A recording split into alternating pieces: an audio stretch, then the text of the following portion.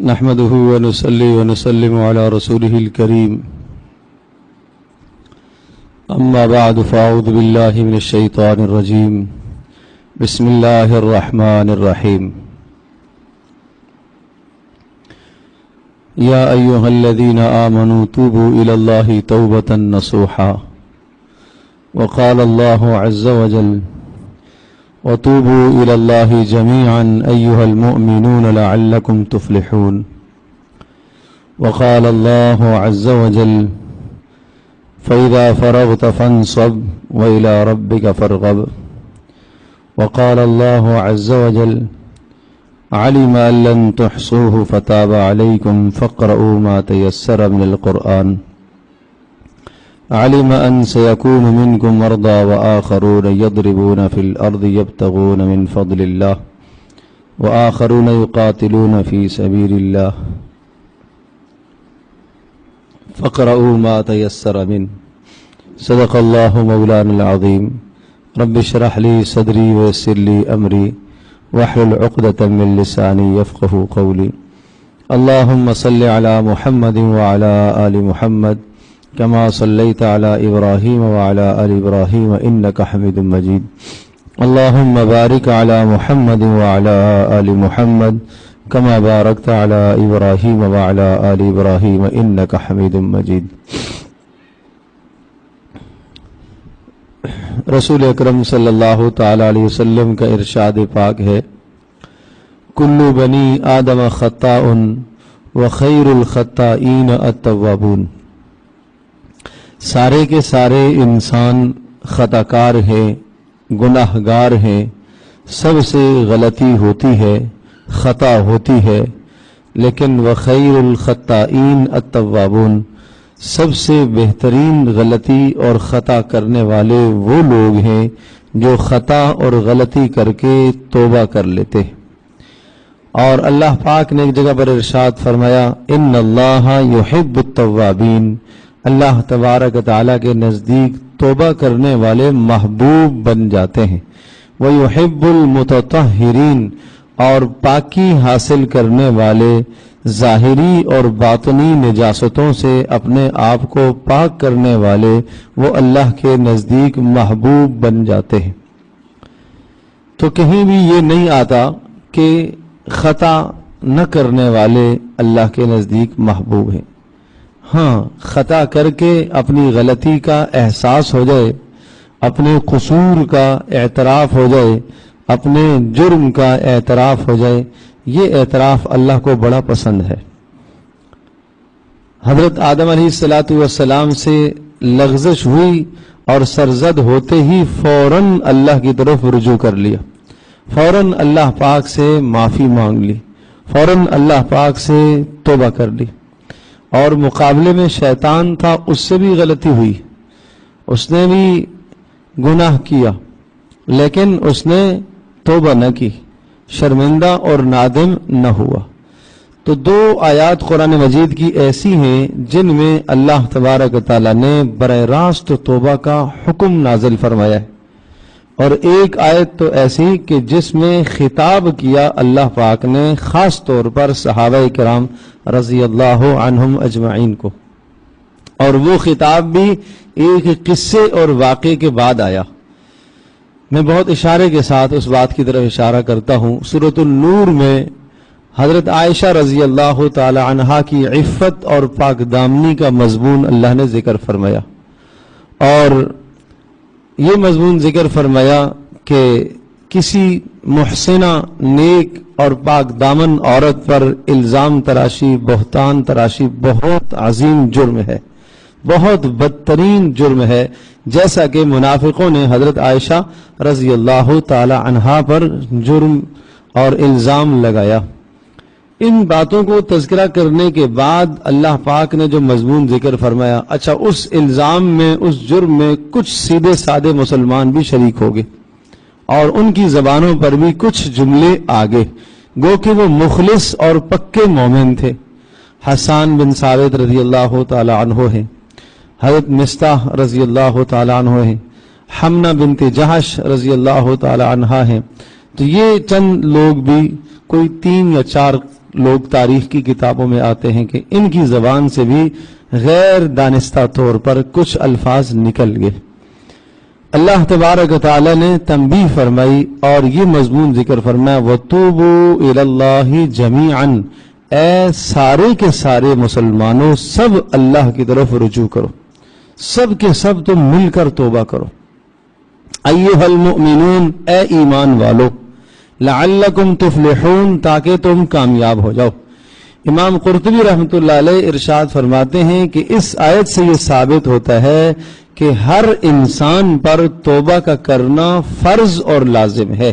جیسے نماز کا پڑھنا فرض ہے، روزہ رکھنا فرض ہے، زکوٰۃ دینا فرض ہے، حج صاحب نصاب پر فرض ہے، زکوٰۃ صاحب نصاب پر فرض ہے، اسی طرح سے توبہ ہر شخص پر فرض ہے. اور تو نماز تو دن میں 5 بار ہے، اور زکوٰۃ تو سال میں 1 مرتبہ صاحب نصاب پر، روزے سال میں 1 مرتبہ 29 یا 30 روزے بالغ آدمی پر، اور حج صاحب نصاب پر زندگی میں 1 مرتبہ. لیکن توبہ 1 مرتبہ نہیں، 2 مرتبہ نہیں، روزانہ رسول پاک صلی اللہ تعالی وسلم فرما رہے کہ میں از خود روزانہ 70 مرتبہ یا 100 مرتبہ اللہ سے توبہ کرتا ہوں. تو میرے بزرگوں اور دوستوں اور ماں اور بہنوں، جب اللہ کے نبی جو گناہوں سے پاک ہیں، جو گناہوں سے معصوم ہیں، جن کے ظاہری گناہ بھی نہیں، باطنی گناہ بھی نہیں، کسی بھی قسم کے گناہ نہیں ہیں، اس کے باوجود بھی وہ روزانہ 100 مرتبہ اللہ پاک سے توبہ کر رہے اور استغفار کر رہے، تو مجھے اور آپ کو روزانہ کتنی زیادہ توبہ کرنا چاہیے. ہم یہ سمجھتے ہیں کہ توبہ کا مطلب یہ ہے کہ بس جب کوئی گناہ ہو جائے گا تو ہی توبہ ہوگی، رمضان آئے گا پھر ہی ہم توبہ کریں گے، فلاں وقت سے ہم اپنی زندگی نئے سرے سے شروع کریں گے، اس دن سے ہم توبہ کریں گے. جبکہ امام غزالی رحمۃ اللہ علیہ ارشاد فرماتے ہیں کہ ہر انسان ہر وقت کوئی نہ کوئی گناہ کر رہا ہے، آدمی کو شعور نہیں ہوتا. اور پھر علامہ ابن قیم رحمۃ اللہ علیہ کی بات ہے، انہوں نے ارشاد فرمایا کہ ہر انسان کو اس گناہ کی سزا اس دنیا میں نقد ملتی ہے، اسے شعور نہیں ہوتا. یہ 2 باتیں میں عرض کرتا ہوں، توجہ فرمائیں. پہلی بات، امام غزالی رحمۃ اللہ علیہ کی ارشاد فرمایا کہ ہر آدمی اس دنیا کے اندر ہر وقت کوئی نہ کوئی گناہ کر رہا ہے. جب کوئی نہ کوئی گناہ کر رہا تو پھر اسے توبہ ہر وقت کرنا چاہیے. اب تفصیل ذہن نشین فرمائیں کہ کیسے گناہ کر رہا ہے. ارشاد فرمایا ایک تو ظاہری گناہ ہے. ظاہری گناہ آنکھ، کان، زبان، ہاتھ، پیر، یہ ظاہری گناہ اعضاء کے ذریعے سے. آنکھ سے صرف بد نظری کرنا ہی گناہ نہیں ہے، آنکھ سے کسی مسلمان کو حقارت سے دیکھنا یہ بھی آنکھ کا گناہ ہے، جس کو آج ہم گناہ نہیں سمجھتے. آنکھ سے کسی مسلمان کے عیوب تلاش کرنا یہ آنکھ کا گناہ ہے. آنکھ سے کسی مسلمان کی ٹوہ میں پڑنا یہ آنکھ کا گناہ ہے. بد نظری تو ہے ہی ہے، اس کے علاوہ یہ بھی آنکھ کے گناہ ہے. اسی طرح سے ہر وہ شے جو اللہ پاک کی یاد سے غافل کر دے اس کی طرف دیکھنا یہ بھی آنکھ کا گناہ ہے. دنیا کو یہ للچائی ہوئی نظروں سے دیکھنا یہ آنکھ کا گناہ ہے. فحاشی کی چیزوں کو دیکھنا یہ آنکھ کا گناہ ہے. راستے میں چل رہا ہے اور روڈوں کے کناروں پر جو بورڈ لگے ہوئے تصویریں لگی ہیں، فحاشی کی تصویریں، ان کو دیکھنا یہ آنکھ کے گناہ ہیں.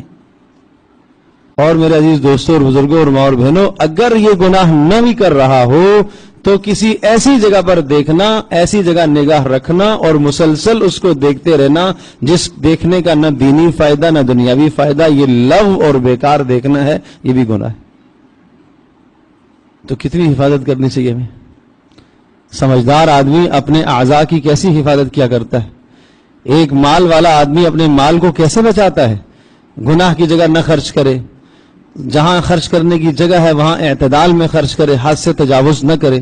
بالکل اسی طرح سے آنکھ میرے پاس، آپ کے پاس اللہ پاک کی امانت ہے، یہ ہماری نہیں ہے، ہم اس کے مالک نہیں. میرے دوستو بزرگوں، اگر ہم مالک ہوتے نا تو پھر آنکھ کا پھوڑنا از خود جائز ہوتا. اگر کوئی آدمی اپنی آنکھ کو از خود پھوڑ دیتا ہے تو کہا جائے گا اس نے گناہ کا کام کیا. حالانکہ وہ کہے نا میں نے تو اپنا نقصان کیا، کسی کا کیا ہے، تو بھائی آنکھ آپ کی اپنی نہیں ہے، آنکھ کا مالک اللہ ہے، اللہ پاک نے آپ کو یہ دی ہے استعمال کرنے کے لیے، اور پھر اس آنکھ کے اندر اللہ پاک نے ایسا نظام رکھا ہے، ایسا سسٹم لگایا ہے کہ ہر چیز جو ہم آدمی دیکھتا ہے وہ اس کے اندر محفوظ ہو گئی، اور قیامت کے دن وہ ساری ریل سامنے آ جائے گی، کیا ٹھیک دیکھا تھا کیا غلط دیکھا تھا، سب دیکھا ہوا سامنے آ جائے گا، اندر اس کے محفوظ ہے۔ آج اس نظام کو سمجھنا تو کتنا آسان ہے کہ کیمرے کی آنکھ کہتے ہیں آپ کو دیکھ رہی ہے، اور اس میں آپ کی ہر حرکت سیو ہو رہی ہے، ہر عمل آپ کا محفوظ ہو رہا ہے، ہر حرکت اور چہرے کی شناخت کی جا رہی ہے، اور چہرے کی ایک ایک حدود اربع وہاں نوٹ ہو رہی ہے، تو وہ تو انسانوں کا بنایا ہوا نظام جب اتنی باریکی کو نوٹ کر سکتا ہے تو اللہ تبارک تعالیٰ کا بنایا ہوا نظام کیسے نوٹ کر رہا ہوگا، سوچیں تو صحیح۔ تو پھر آنکھ آدمی سنبھال کر رکھے نا۔ اسی طرح سے فرمایا کان کے گناہ ہیں، غیبت کا کرنا، غیبت کا سننا، بیہودہ باتوں کا سننا، اسی طرح سے جھوٹ کا سننا، فحش کلامی کا سننا، یہ کیا ہے؟ یہ کانوں کے گناہ ہیں۔ زبان کے گناہ، بے شمار گناہ زبان کے، زبان کو بھی سوچ سمجھ کے استعمال کرو۔ ہاتھوں کے گناہ، گناہ کی طرف گناہ کی چیز کو پکڑنا، بیجا مال خرچ کرنا، اسراف کرنا، یہ ہاتھوں کا گناہ، کسی کو تھپڑ مارنا ناحق، یہ ہاتھوں کا گناہ، پیروں سے گناہ کی طرف چل کر جانا، یہ پیروں کے گناہ۔ تو امام غزالی رحمۃ اللہ علیہ ارشاد فرماتے ہیں کہ یہ گناہ، ظاہری گناہ، یہ بھی انسان کی زندگی میں ہے ہی ہے۔ زندگی میں کئی مرتبہ ایسا ہوتا ہے آنکھ سے آدمی غلط دیکھ لیتا ہے، آنکھ غلط اٹھ جاتی ہے، اور میں عرض کر رہا ہوں کہ اگر بد نظری نہیں کر رہا، کسی مسلمان کو حقارت سے دیکھ لیا، یہ بھی تو غلطی ہے۔ کسی مسلمان کا عیب دیکھ لیا اور ٹوہ میں پڑ گیا، یہ بھی تو آنکھ کا گناہ ہے۔ زبان سے بیہودہ جملہ بول دیا، فحش اور گالی نہیں اگرچہ دی، صرف لغو کام زبان سے، لغو بات زبان سے نکال دی، جس کا نہ دین کا فائدہ نہ دنیا کا فائدہ، وہ بھی تو گناہ ہے۔ رسول پاک صلی اللہ علیہ وسلم ایک میدان میں تھے اور ایک شخص شہید ہو گئے، حضرت صلی اللہ علیہ وسلم کے ایک صحابی نے اسے خوشخبری سنائی کہ جنت کی خوشخبری ہو، آپ کے لیے جنت کی خوشخبری ہو۔ آپ نے کہا کس بنیاد پر جنت کی خوشخبری سنا رہے سے؟ کہا اللہ کا رسول یہ اللہ کے راستے میں شہید ہو گیا، بہت مبارک عمل ہے۔ آپ نے ارشاد فرمایا تمہیں کیا معلوم اس نے کبھی زبان سے لا یعنی کا جملہ بولا ہو؟ صرف لا یعنی کا جملہ بول دینا، لا یعنی کا مطلب ایسا جملہ جو نہ دینی فائدہ رکھتا اور نہ دنیاوی فائدہ رکھتا، ایک دوسرے کو ہنسانے کے لیے اور مضحکہ اور مذاق اڑانے کے لیے کتنے جملے آج ہماری زبانوں سے نکلتے ہیں۔ تو اس لیے امام غزالی رحمۃ اللہ علیہ نے ارشاد فرمایا ہر آدمی کسی نہ کسی وقت کوئی گناہ کر رہا ہوتا ہے، روزانہ نہ جانے کتنے گناہ ہو کرتا ہے، تو ظاہری گناہ ہے۔ نمبر 2 ارشاد فرمایا باطنی گناہ ہے۔ باطنی گناہ کیا ہے؟ دل کے اندر کینہ رکھنا باطنی گناہ ہے، دل میں نفرت کو جگہ دینا یہ باطنی گناہ ہے، دل میں کسی مسلمان کا کھوٹ پالے رکھنا یہ باطنی گناہ ہے۔ میرے عزیز دوستوں اور بزرگوں، انسان کا دل ہے، اس میں برائی آتی ہے، اس میں میل آتی ہے، لیکن میل برقرار نہ رہنے دو، دل میں میل مت آنے دو، اول آئے نہ اور آ گئی تو فوری صاف کرو۔ ایک بزرگ اللہ والے کے پاس کسی شخص نے کہا کہ فلاں آدمی جو ہے وہ بڑی عبادت کرتا ہے، بڑا عبادت گزار آدمی ہے، لیکن اللہ کا بندہ غیبتیں بہت کرتا ہے۔ تو ارشاد فرمایا غم نہیں کرو، اللہ پاک نے اس کو متعین اور مقرر فرما دیا ہے کہ وہ نیکیاں کرے اور اپنی نیکیاں دوسروں کی طرف منتقل کرے۔ تو غیبتیں کر کے کیا کر رہا ہے؟ نیکیاں اپنی منتقل کر رہا ہے۔ تو ارشاد فرمایا کہ یہ دوسرا گناہ ہے، دوسری قسم کے گناہ جو باطنی گناہ ہیں، دل میں دنیا کی محبت، دل میں اللہ اور اس کے رسول کی محبت کم ہو اور دنیا کی چیزوں کی محبت غالب ہو۔ دیکھو اب ایک آیت سناتا ہوں، قل ان کان آباؤکم وابناؤکم واخوانکم وازواجکم وعشیرتکم واموال اقترفتموها وتجارۃ تخشون کسادها ومساکن ترضونها، یہ اللہ پاک نے کوئی 8 چیزیں تقریباً ذکر کی۔ کہا اے نبی آپ صاف صاف یہ اعلان کر دیجئے قل ان کان آباؤکم، اگر تمہارے ماں باپ، اگر تمہاری اولادیں، اگر تمہارے مال، اگر تمہاری بیویاں، اگر تمہارے خاندان، اور اگر تمہاری چھوٹی چھوٹی تجارتیں، تمہاری بڑی تجارتیں اور تمہارے گھر بار، یہ سب چیزیں احب الیکم من اللہ ورسولہ وجہاد فی سبیلہ، یہ ساری چیزیں اگر تمہارے نزدیک اللہ اور اس کے رسول اور اللہ کے راستے میں نکلنے سے زیادہ محبوب بن جائیں تو فتربصوا، ان سے کہو کہ اب اللہ کے عذاب کا انتظار کرو۔ پتہ ہے ان چیزوں کی محبت انسان کی فطرت ہے، ماں باپ سے محبت، اولاد سے، بیوی سے، مال سے، گھر سے، ان چیزوں سے محبت آدمی کی فطرت ہے، آدمی چھوڑ نہیں سکتا۔ یہاں یہ نہیں کہا کہ ان سے محبت نہ کرو، نہ، بس اتنا سوال ہے، اتنی بات ہے کہ ان سب چیزوں کی محبت اللہ کی محبت سے غالب نہ کرو، بس تمہارے دل میں اللہ کی محبت غالب رہے۔ اب کیسے پتہ چلے گا کہ جب آپ کے سامنے بیوی کی ایک چاہت آ گئی اور اس بیوی کی چاہت کو پورا کرنے کے لیے اللہ کی نافرمانی کرنی پڑ رہی ہے، تو اگر ایک آدمی اللہ کی نافرمانی کر کے بیوی کی چاہت کو پورا کر رہا، یا بیوی شوہر کی چاہت کو پورا کر رہی اور اللہ کی نافرمانی کر رہی، یا اسی طرح سے ماں باپ اولاد کی چاہت کو پورا کر رہے، یا اپنا گھر بار بنانے کے لیے اللہ کو ناراض کر کے اپنے گھر بار کو سنوار رہے، سدھار رہے، تو اس بات کی نشانی ہے کہ اللہ کی محبت دل میں مغلوب ہے، چیزوں کی محبت غالب ہے، چیزوں کی محبت غالب آ گئی ہے۔ اور جب چیزوں کی محبت غالب آ گئی ہے، احبہ کا لفظ ہے، اور احبہ کا لفظ یہ بتا رہا کہ یہ محبتیں اگر اللہ کی محبت سے حاوی ہو گئی، غالب ہو گئی، تو فتربصوا، پھر اللہ کے عذاب کا انتظار کرو۔ گویا کہ آپ نے گناہ کیا ہے، اس گناہ کی نقد سزا تمہیں اس دنیا میں ملے گی، اس گناہ کی نقد سزا دنیا میں ملے گی۔ تو ایک ظاہری گناہ اعضاء کے ذریعے سے، دوسرے باطنی گناہ، دل کے گناہ، دل کے بھی بڑے گناہ، یہی گناہ عرض کر رہا ہوں، حسد دل میں رکھنا، کینہ رکھنا، نفرت رکھنا، دنیا کی محبت کا غالب ہو جانا، اللہ کی محبت کا مغلوب اور کم ہو جانا، نبی پاک صلی اللہ علیہ وسلم کی محبت کا مغلوب ہو جانا اور غیروں کی محبت کا غالب ہو جانا، یہ دل کے گناہ ہیں۔ اور یاد رکھیے گا، اللہ تبارک و تعالیٰ کی رحمت کے فرشتے اس وقت تک میرے اور آپ کے دل میں نہیں اتریں گے جب تک ہمارے دل صاف ستھرے نہیں ہوں گے، دل ان گندگیوں سے پاک جب تک نہیں ہوں گے، اللہ کی رحمت کے فرشتے نہیں آتے۔ اور تیسری قسم کے گناہ ارشاد فرمایا، یہ گناہ ہیں کہ آدمی اللہ پاک سے غافل ہو جائے، یہ بھی تو بڑا گناہ ہے۔ جیسے آپ دیکھتے ہیں کسی بھی بلب میں، لائٹ میں کرنٹ آ رہا ہے مسلسل تو بتی چل رہی ہے، کرنٹ ختم ہو گیا تو بتی بجھ گئی۔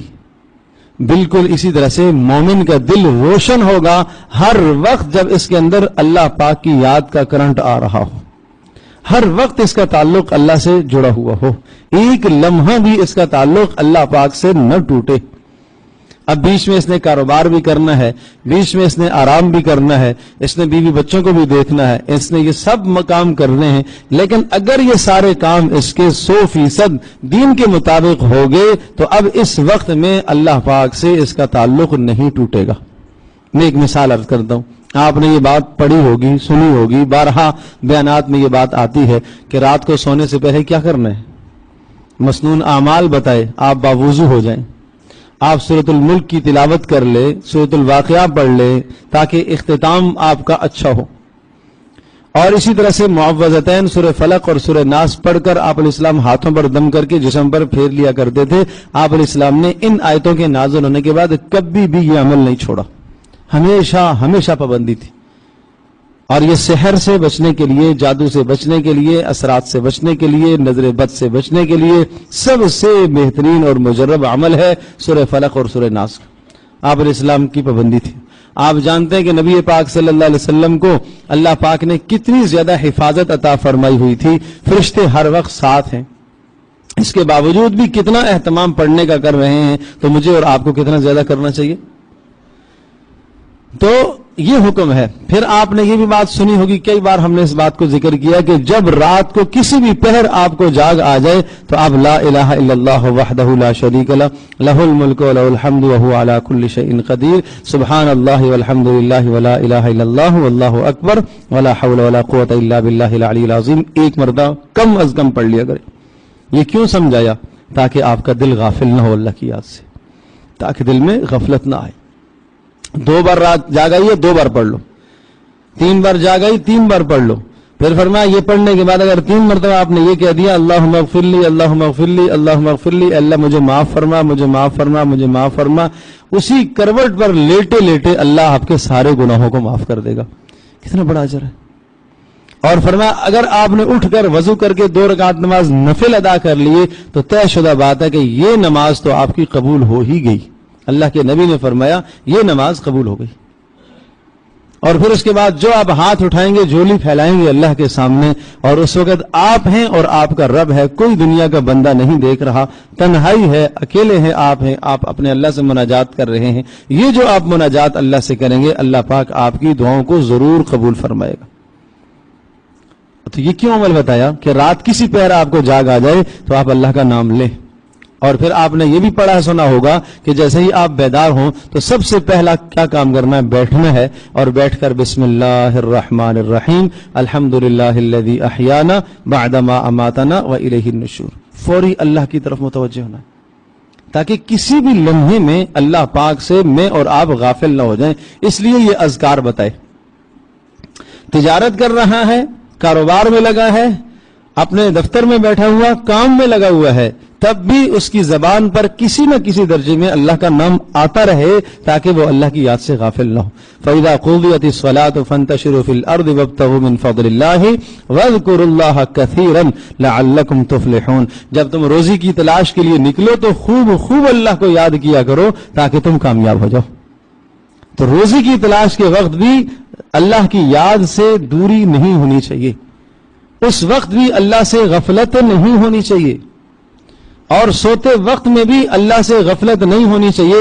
یا اللہ اب ہم کیا کریں کہ رات کو سوئیں گے تو پھر تو آدمی غافل ہو ہی جاتا ہے. پیارے پیغمبر صلی اللہ علیہ وسلم نے اس غفلت سے بچنے کا بھی حل بتایا. جو رات کو سونے سے پہلے 10 آیات پڑھ لے گا اللہ پاک اس کو رات کو غافلوں میں شمار نہیں کرے گا.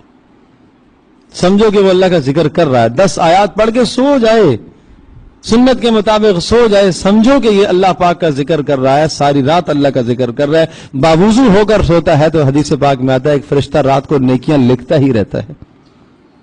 یہ کیوں اعمال بتائے؟ اس لیے کہ اللہ پاک چاہتا ہے کہ تم ایک لمحے بھی اللہ پاک سے غافل نہ ہو. اللہ اکبر. مجھے یہ بتاؤ, اللہ پاک کو مجھ سے آپ سے محبت ہے, آپ کو اپنی اولادوں سے محبت ہے.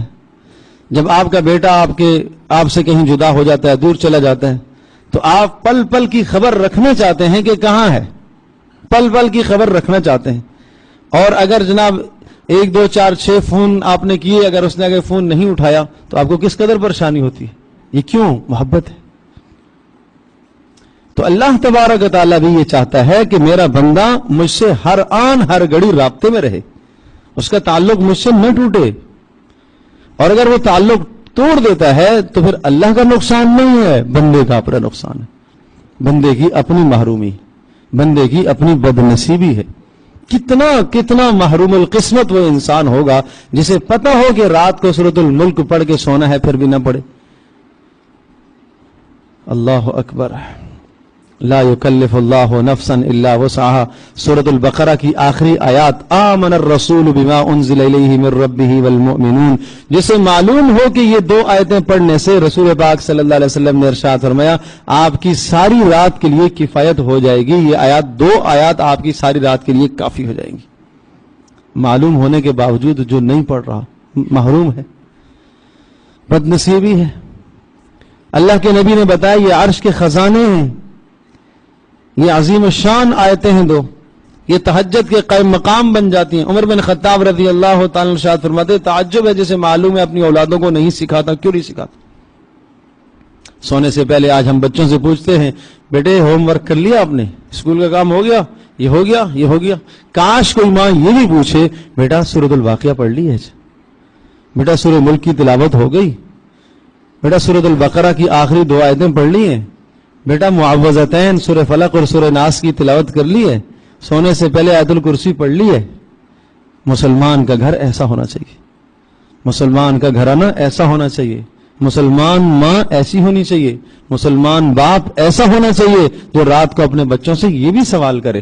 ٹھیک ہے آپ اپنی تعلیم، آپ اپنے پیشے، آپ دنیا کی چیزوں کا ضرور سوال کریں، لیکن ان سوالات میں ایک دین کا سوال بھی آپ بڑھا دیں، ایک ایسا سوال بھی آپ اضافہ کر لیں جس سوال پر اس کی آخرت کا دار و مدار ہے، جس سوال پر اس کی زندگی کے سنورنے کا دار و مدار ہے. اس سوال کو بھی اس سوال کے اندر ڈال دیں، ایک اور سوال بھی ڈال دیں.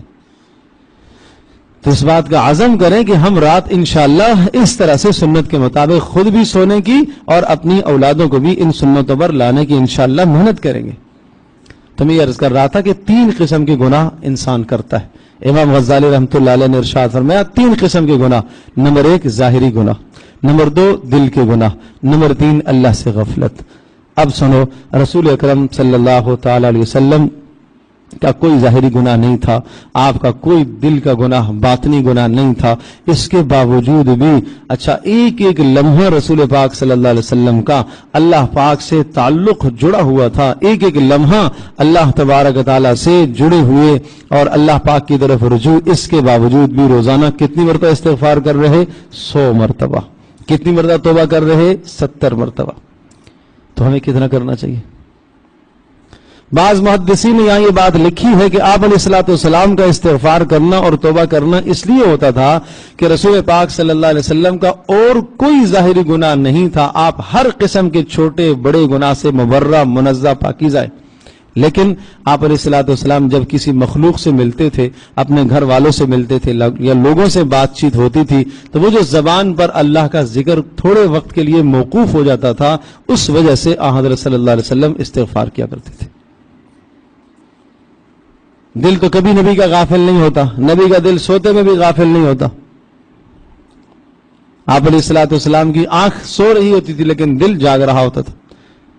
تو رسول پاک صلی اللہ علیہ وسلم اتنا زیادہ استغفار کا معمول تھا، اتنا زیادہ، تو مجھے اور آپ کو کتنا ہونا چاہیے؟ اب اس آیت کو میں دوبارہ دہراتا ہوں، وَتُوبُوا إِلَى اللَّهِ جَمِيعًا أَيُّهَا الْمُؤْمِنُونَ لَعَلَّكُمْ تُفْلِحُونَ. اے مسلمانوں تم توبہ کیا کرو تاکہ تم کامیاب ہو جاؤ. اور اس کامیابی کو اللہ پاک نے جوڑا ہے توبہ کے ساتھ. اور یہ خطاب براہ راست رسول پاک صلی اللہ علیہ وسلم کے صحابہ کو ہے، اور وہ صحابہ جنہوں نے نبی پاک صلی اللہ علیہ وسلم سے براہ راست صحبت حاصل کی، آپ علیہ السلام سے تربیت پائی ہے، وہ تربیت پانے والے لوگ، ان کو اللہ کہہ رہا ہے روزانہ استغفار کرو. تو مجھے اور آپ کو کتنا کرنا چاہیے؟ تو اس لیے میرے دوستوں، بزرگوں اور ماں بہنوں، میں درخواست کروں گا کہ رات سونے سے پہلے کم از کم 100 مرتبہ نبی پاک صلی اللہ علیہ وسلم کی سنت پر عمل کرتے ہوئے آپ یہ ضرور پڑھ لیا کریں، استغفر اللہ من کل ذنب واتوب الیہ، استغفر اللہ من کل ذنب واتوب الیہ، استغفر اللہ من کل ذنب واتوب الیہ. 2 رکعت نماز نفل آدمی پڑھ لے توبہ کی نیت سے، اور پھر اس کے بعد 100 مرتبہ یہ استغفار پڑھ لے. اب دوسری بات کی طرف آتا ہوں جو میں نے عرض کیا تھا. 2 باتیں. علامہ ابن قیم رحمۃ اللہ علیہ نے ارشاد فرمایا کہ گناہوں کی سزا اس دنیا میں ملتی ہے، آخرت میں تو ہے ہی ہے. اللہ پاک ہم سب کی دنیا اور آخرت دونوں جہانوں میں حفاظت فرمائے. لیکن ارشاد فرمایا کہ بسا اوقات انسان کو شعور نہیں ہوتا، جیسے سوتے ہوئے آدمی کو شعور نہیں ہوتا، اسی طرح سے نشے والا آدمی اسے شعور نہیں ہوتا، اسی طرح سے گناہگار کو بھی اس کو جو سزا دی جا رہی ہے اللہ کی طرف سے اسے شعور نہیں ہوتا. تو اس نقد سزائیں کیا ملتی ہیں؟ اللہ کی یاد سے غفلت ہو جانا یہ گناہ کی سزا ہے. نیک کاموں کی توفیق کا نہ ملنا یہ کیا ہے؟ یہ اللہ کی طرف سے سزا ہے. اسے نہیں احساس ہوا کہ یہ سزا ہے. یہ سمجھا میں گناہ تو نہیں کر رہا ہوں، میں پہلے تلاوت کرتا تھا، رمضان میں اتنا پڑھتا تھا. آپ نے دیکھا ہوگا رمضان میں زیادہ ذوق نمازوں کا کیوں ہو جاتا ہے؟ اس لیے کہ گناہ کم ہو جاتے ہیں تو شوق عبادت کی طرف بڑھ جاتا ہے. اور رمضان کے بعد وہ ذوق اور شوق نہیں رہتا. کیوں نہیں رہتا؟ گناہ بڑھ جاتے ہیں، توفیق چھن جاتی ہے. گناہ بڑھ جاتے ہیں، توفیق کم ہو جاتی ہے. وہ علیحدہ بات ہے، آپ کہیں گے جناب ٹائم نہیں ہوتا. یہ سوال بیکار ہے.